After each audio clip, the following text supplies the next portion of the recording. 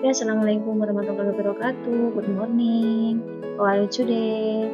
Oke, jangan lupa sebelum melihat video ini subscribe dan like dulu ya video dari Miss. Nah, supaya Miss lebih semangat lagi untuk mengembangkan kreativitas di video-video di channel Miss Farnisa 513. Oke, terima kasih anak-anak manis. Oke, jangan lupa sekali lagi subscribe channel Farnisa 513. Kita next ke materi kembali.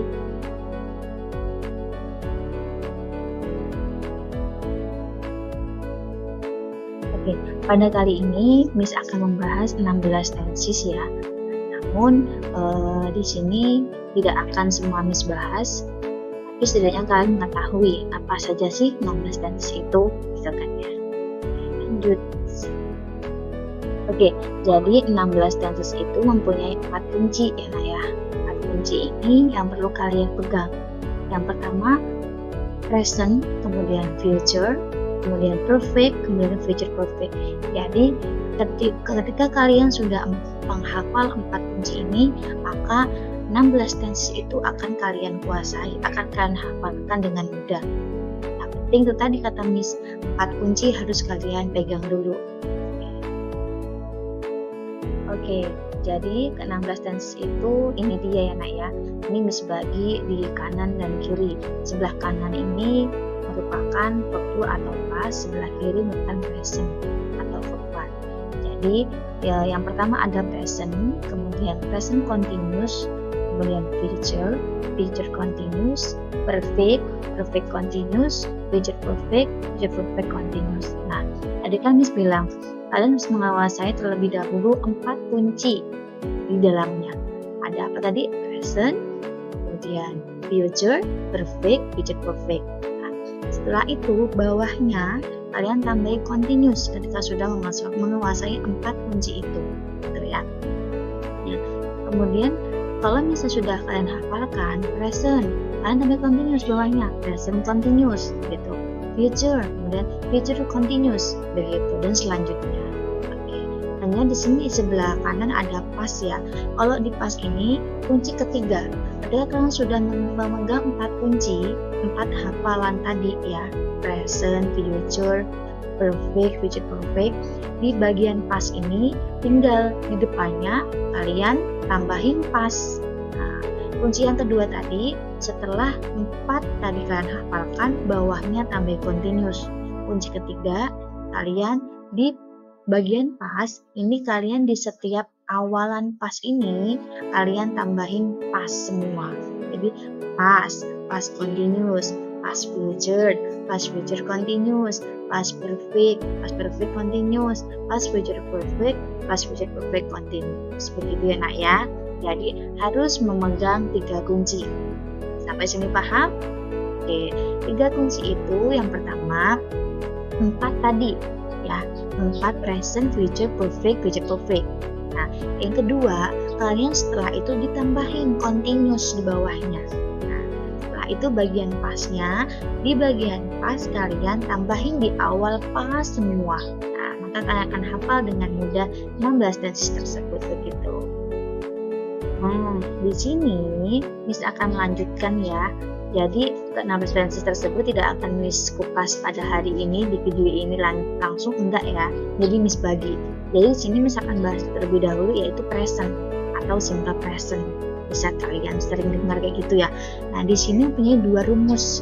Yang pertama kalimat yang menggunakan to be, dan yang kedua yang menggunakan verb one atau verb yang belum ada perubahan sama sekali. Nah, rumusnya yang menggunakan verb one yaitu subject plus verb one atau is atau s. Nah, ini dipahami dulu. Jika subjeknya he, she, it, maka verbnya ditambah is atau s. Misalnya she goes. Nah, itu kan ada go atau she go. Nah, ketika subjeknya she, he, it, maka ditambahin is, she goes. Nah, selanjutnya ini yang memakai rumus kedua yaitu memakai to be. Yang memakai to be itu di depannya nggak boleh, jadi depannya nggak boleh not verb, jadi nggak boleh kata kerja. Jadi selain kata kerja yang memakai kalimat yang memakai to be, itu depannya tidak boleh kata kerja. Jadi kalian gunakan yang selain kata kerja. Misalnya to be itu kan is and are ya, yang di atas itu ya. Nah, itu ketika kalian membuat kalimat nih, she is a beautiful. Nah, she is itu sebagai to be. Nah, beautiful sebagai adjective. Jadi setelah to be, is and are di atas itu, nah nggak boleh lagi kata kerja. Karena apa? Karena di dalam di dalam fungsi to be dengan verb itu sama, sehingga tidak boleh double verb gitu ya. Jadi setelah to be, is and are itu not verb, tidak boleh kata kerja. Boleh kalian pernyataan, boleh. Kemudian kalian juga boleh menggunakan adjective. Misalnya kalau pernyataan gini, she is not here today. Nah, jadi dia perempuan tidak di sini hari ini. Nah, itu merupakan pernyataan, boleh ya. Yang penting not verb ketika kalian menggunakan kalimat yang memakai rumus kedua, yang memakai rumus to be, begitu. Oke, jadi di simple present ini kita mempunyai kalimat yang harus dirubah ya, yaitu dari positif ke negatif, dari negatif ke interrogatif atau pertanyaan. Nah, di sini kita pahami dulu subjeknya. Ketika subjeknya Ayu Dewi yang disingkat menjadi Ayu Dewi. Nah, itu ya. Itu kita menggunakan do ketika mau merubah menjadi negatif. Nah, kemudian kalau misalnya subjeknya itu she, he, it, nama satu, benda satu. Nah, kalau nama satu kan bisa menjadi, kalau misalnya perempuan dia bisa jadi she. Kalau misalnya nama satu di laki-laki bisa jadi he. Dan kalau benda satu bisa jadi dia itu it. Nah, sehingga ketika tiga subjek ini, she, he, it, nama satu, benda satu, maka dia ketika dirubah menjadi negatif dia pakainya does. Oke. Jadi do, does itu digunakan untuk kalimat yang memakai rumus verb 1. Jika memakai to be, maka tidak perlu menggunakan do dan does, gitu ya Naya. Oke, kita lanjut ke contoh biar kalian semakin paham. Oke. Nah, ini kita lihat ya bareng-bareng. Ini for example of simple present tense we use verb 1 and to be. Nah, kita bahas dulu yang verb 1. Tadi kan di dalam verb 1 itu ada rumus subject plus verb 1 gitu ya.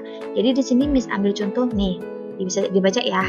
They speak Korean very well. Nah, di situ speak itu sebagai verb 1 ya. Verb 1 di sini fungsinya untuk menerangkan si subjek. Jadi artinya they speak Korean very well. Mereka berbicara bahasa Korea dengan baik gitu ya. Nah, kalau kita mau rubah menjadi negatif sentence atau kalimat negatif, they don't speak Korean very well. Nah, kita lihat tadi ketika subjeknya Ayu Dewi, nah kita memakainya do gitu. Nah, di situ they don't speak Korean very well. Jadi mereka tidak bisa berbicara bahasa Korea dengan baik gitu. Nah, kita lihat tadi ya subjeknya ya. Masih ingat kan subjeknya yang memakai do? Iya, Ayu Dewi. Nah, sehingga dia memakai do. Kalau negatif tambahin not. Jadi digabung gitu, don't gitu. Bisa juga kok do not bisa. Tapi kan untuk persingkat jadi don't gitu. Selanjutnya kalau interrogatif ini adalah pertanyaan. Oke. Ketika pertanyaan, nah do atau does yang ada di kalimat negatif itu ditaruh di awal gitu ya. Nah, ini kelihatan kan ya nih di bagian pertanyaan tanda yang Miss yang Miss tulis di sini. Do they speak Korean very well?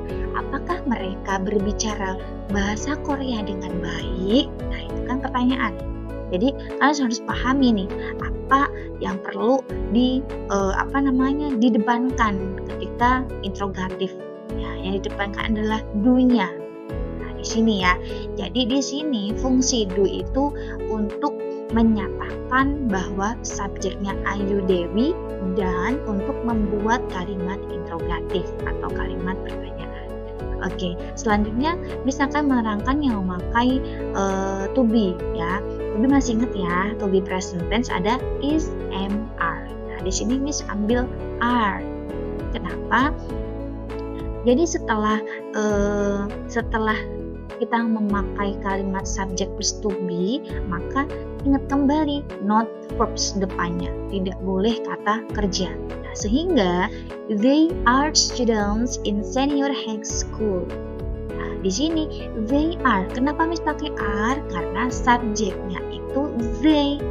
They itu merupakan orang yang banyak, mereka, gitu kan ya. Jadi are itu fungsinya untuk menerangkan subjek itu banyak, gitu. Banyak, dua, lebih dari dua atau jamak, sehingga dia to be memakai are. Kalau subjeknya satu, dia pakainya is. Nah, kalau subjeknya I, khusus I aja, maka to be-nya pakai am. Selanjutnya di sini kita rubah menjadi kalimat negatif. They are not students in senior high school. Nah, itu tadi kita nggak perlu lagi menggunakan do atau does. Karena apa? Di sini kita sudah memakai to be. Nah, jadi fungsi dari to be itu sama dengan fungsi dari do and does. Oke, sampai sini paham? Selanjutnya, they are not. Lanjut, langsung aja ditambahin not. Karena tadi Miss bilang kan kalau negatif itu berarti not, tidak, gitu kan. They are not students in senior high school. Jadi mereka itu bukan siswa-siswa dari lulusan SMA situ, gitu kan ya. Kemudian kita buat menjadi interrogatif atau kalimat pertanyaan. Are they students in senior high school? Nah, kita pahami. Tadi kan ketika kita memakai verb one, itu kan kita memakai do atau enggak does ya. Kita lihat subjeknya. Nah, ketika membuat interrogatif, yang kita gunakan adalah do atau does-nya itu. Nah, sekarang kita itu memakai to be, sehingga ketika interrogatif, to be yang berada di posisi depan. Are they students in senior high school? Apakah mereka itu siswa-siswa dari lulusan SMA? Gitu ya. Oke, semoga bisa dipahami anak-anak hebat. Setelah Miss menerangkan dari beberapa simple present dan perubahan simple present, di sini Miss akan mencoba untuk memberikan sebuah tugas. Please make a sentence of simple present with use verb one and to be. Jadi silahkan buat sebuah kalimat yang ataupun kalimat present, simple present yang menggunakan kata kerja pertama dan to be. To be masih ingat ya, di present ada is, ada am, ada are. Dan yang kedua, tugas kedua, make a change of positive, negative, and interrogative sentence. Jadi buatlah sebuah perubahan di positif, negatif, dan interrogatif atau enggak pertanyaan dari kalimat. Kemudian selanjutnya, please write in your book and then take a picture and submit in Google Classroom. Keep responsibilities and give good job. Oke, jadi di sini silakan kalian tulis di buku kalian masing-masing. Kemudian kalian ambil fotonya udah selesai ya. Kemudian disubmit dan dikirim di GCE. Oke, sudah disediakan kolomnya, tinggal kalian kerjakan. Tetap semangat ya. Thank you for watching. Jangan lupa di like and subscribe ya. Assalamualaikum warahmatullahi wabarakatuh.